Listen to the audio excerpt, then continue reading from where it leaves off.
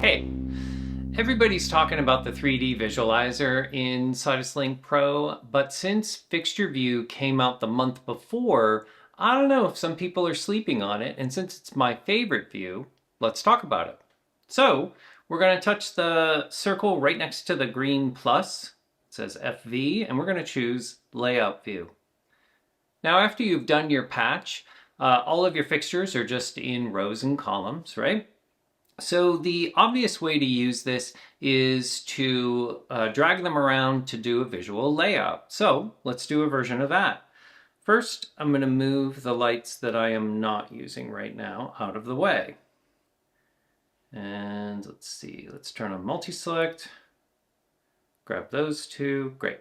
Okay, so now 80 is, the 80C is my key light.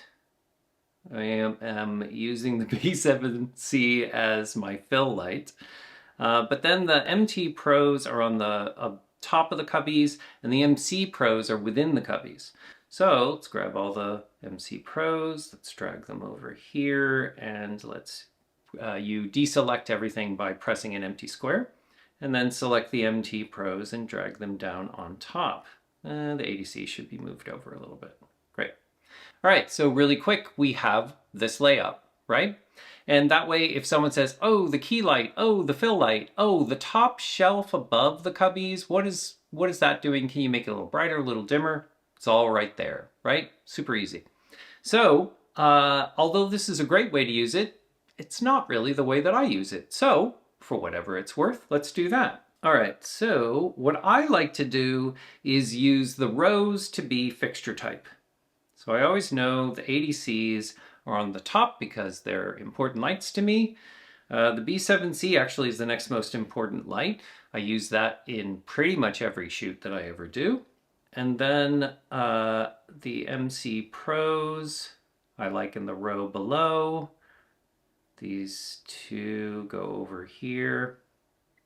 Oh, whoops, no, that was wrong. Let's move them over here. And then these last two go up here.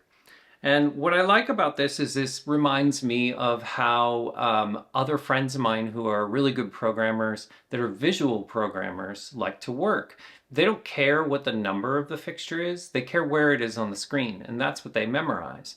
Now, I'm an older programmer, and the reason why that's worth mentioning is because when I started programming, there was no other way to select a fixture other than to enter its numbers.